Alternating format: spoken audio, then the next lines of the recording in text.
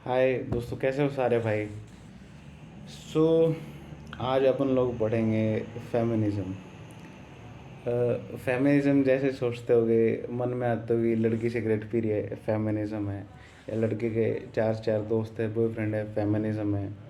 Feminism मतलब एक तरीके से लोग का जो जनरल परसेप्शन है कि जो जो समाज सोचता है, जो जो सोसाइटी सोचती है कि लड़की को ऐसा होना चाहिए, वैसा होना चाहिए, लड़की जस्ट उसके अगेंस्ट जाकर, उससे 100% अगेंस्ट जाकर कि माँ की आँख, मैं अपनी मर्ज़ी से जीऊँगी, भागो सब, ठीक है। तो फेमिनिज़्म से क्या है, एक रिबेल आइडियोलॉजी है, रिबेल कि फेमिनिज़्म।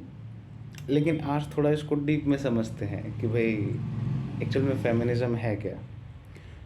आप लोगों ने देखा होगा कि अगर कभी किसी लड़की की शादी करते हैं, हम 21-22 साल की लड़की की शादी करते हैं, छोटी एज में, तो अगर उसको पति उसका ख़राब मिल गया, तो उसके पास परिवार से, तो जैसे हमारे सोसाइटी में है, परिवार से तो कोई प्रॉपर्टी मिलती नहीं है, और पति भी कोई प्रॉपर्टी देगा नहीं। उस बेचारे के पास खुद के पास कोई स्किल है नहीं, क्योंकि उसने 21 साल की छोटी सी उम्र में शादी कर ली, तो वो निर्भर है। तो ना तो वो बेचारा उस पति को छोड़ सकती, उससे पिटाई खाती रहेगी, वो पीटता रहेगा। तो और फिर अगर इन केस कभी पति की डेथ हो जाए, फिर समाज डिसाइड करेगा कि भाई क्या होगा क्या नहीं, उसकी दूसरी शादी होगी नहीं होगी। तो फेमिनिज़्म जो है, जो महिलाओं के साथ जो एक तरीके से कहते हैं ना कि वो महिलाओं का पक्ष रखे कि भाई ऐसा है, समाज हमारे पे बताएगा कि भाई हिंदू लड़की से शादी करे या मुस्लिम लड़के से शादी करे, ये समाज हमारे को बताएगा। वो लड़कियों को ऐसे बेवकूफ़ ट्रीट करे कि लड़कियां तो बेवकूफ़ है, वो अपना डिसीजन ले नहीं सकती, उनके पेरेंट्स उनका डिसीजन लेंगे कि लड़कियां तो बेवकूफ़ है, इनको क्या पता कौन हिंदू मुस्लिम, क्या बड़ी बड़ी विचारधाराएँ हैं। तो वो अपनी बड़ी बड़ी विचारधाराओं के नीचे लड़कियों की इच्छा दबा दें।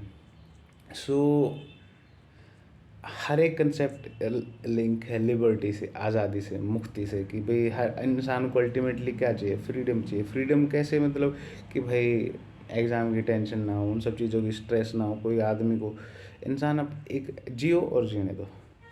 फेमिनिज़्म की जो विचारधारा है, तो सबसे पहले तो महिलाओं को अधिकार नहीं थे वोट देने का।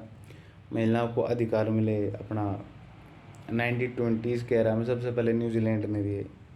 ये थी राजनीतिक अधिकार की बात, कि भाई राजनीति में हमारा पार्टिसिपेशन हो।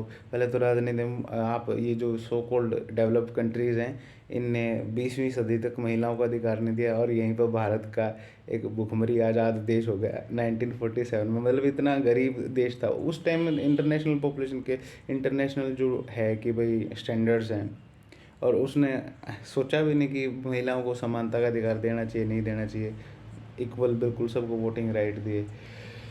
फिर आए सामाजिक आर्थिक अधिकार की, कि भाई अगर इन केस फ्रीडम है, तो अमीर के बच्चे अमीर होते जाएंगे, गरीब के बच्चे गरीब होते जाएंगे, क्योंकि भाई अमीर का बच्चा है वो कोचिंग ले लेगा, गरीब का बच्चा वो बेचारा घर पर पड़ा है, कोचिंग ले नहीं सकता, उसको बेचारे को जॉब करनी पड़ेगी ज्वाइन कहीं ना कहीं, क्योंकि जॉब ज्वाइन नहीं करेगा तो वो घर कैसे चलेगा। अब जो जॉब ज्वाइन करेगा तो हायर स्टडीज़ नहीं कर सकता। अमीर का बच्चा अपने बैठा है, वो एक नहीं, दो नहीं, 5 साल कुछ ना करे तो उसका पिताजी है ना। सो फिर सामाजिक राजनीतिक अधिकार की बात आती है कि भाई ठीक है, हमारे को राजनीतिक स्वतंत्रता मिल गई, लेकिन हमारे को आर्थिक स्वतंत्रता भी चाहिए, हमारे को सामाजिक स्वतंत्रता भी चाहिए। तो महिलाओं को भी ये अधिकार थे, जिसको मार्क्सिज्म ने कवर किया। उसके बाद जो है धारा, उसके बाद जो धारा है वो बिल्कुल ही अलग आई। ये है रेडिकल फेमिनिस्ट, जो आज आप देखते हो सिगरेट पीना या फिर अलग तरीके के कपड़े पहनना। रेडिकल फेमिनिस्ट ने कहा कि देखो भाई, ये जो है राजनीतिक अधिकार, सामाजिक आर्थिक अधिकार, ठीक है, ये सब चीज़ें अलग हैं, ये सब चीज़ें इंसान जो है, जो मैन हैं उन लोगों की थॉट प्रोसेस है। हम फेमिनिस्ट हैं, महिलाएं हैं, हमारी अलग इंडिपेंडेंट विचारधारा होनी चाहिए। सो इस क्रम में जो सबसे पहले लिखी जाती है वो बेटी फ्रीडमैन। उन्होंने अपनी किताब लिखी फेमिनिस्ट मिस्टिक। उसमें कहा, उसने क्या किया, अमेरिका की लेडीज़ का सर्वे किया, जो बहुत पैसे वाली लेडीज़ थी, जो बहुत बड़े बड़े घर में थी, और उसने अपने जनरल सर्वे में पाया कि जो बड़े बड़े घरों की अमीर लेडीज़ हैं, वो अपनी लाइफ से हैप्पी नहीं थी, वो खुश नहीं थे, और उनको पता भी नहीं था वो खुश क्यों नहीं थी, कि भाई क्या रीज़न है। तो बेटी फ्रीडमैन कहती है कि जो वो खुश इसलिए नहीं है क्योंकि वो पैट्रियार्की से सफ़र कर रहे हैं, कि भाई एक महिला महिला नहीं होती, एक लड़की से महिला बनने का एक प्रोसेस होता है। वो कहती है कि जो पुरुष समाज है इसके कारण महिला को सफ़र करना पड़ा है। वो छोटी छोटी बच्चियों के बारे में ये मिथ बनाए जाए हैं कि भाई इस उम्र में लड़की सुंदर दिखे, बाद में सुंदर दिखना बंद हो जाएगी, उसकी छोटी उम्र में शादी कर दें, वो अपनी पढ़ाई नहीं कर पाती, अपने आप में कोई कला विकसित नहीं कर पाती, सदा समाज पर डिपेंड रहे। और देखो जैसे कोई लड़की इंडिपेंडेंट हो जाती, कोई टीचर है, कोई डॉक्टर है, कोई नर्स है, कोई कुछ है, वो कहाँ फिर समाज की इतनी सुनते कि ठीक है ना तुम्हें देना ना तुम्हें देना पैसा, मैं खुद अपनी स्किल पे काम करती हूँ। और जो है ये जो है मिथ बनाए जाते हैं कि जो है छोटी छोटी बच्चियों को एक उम्र है।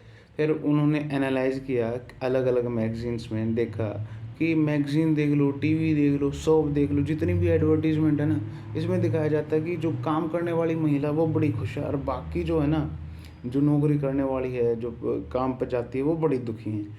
तो इस तरीके से एक महिला के सबकॉन्शियस माइंड में बैठा दिया जाए है कि एक happy married life is the life.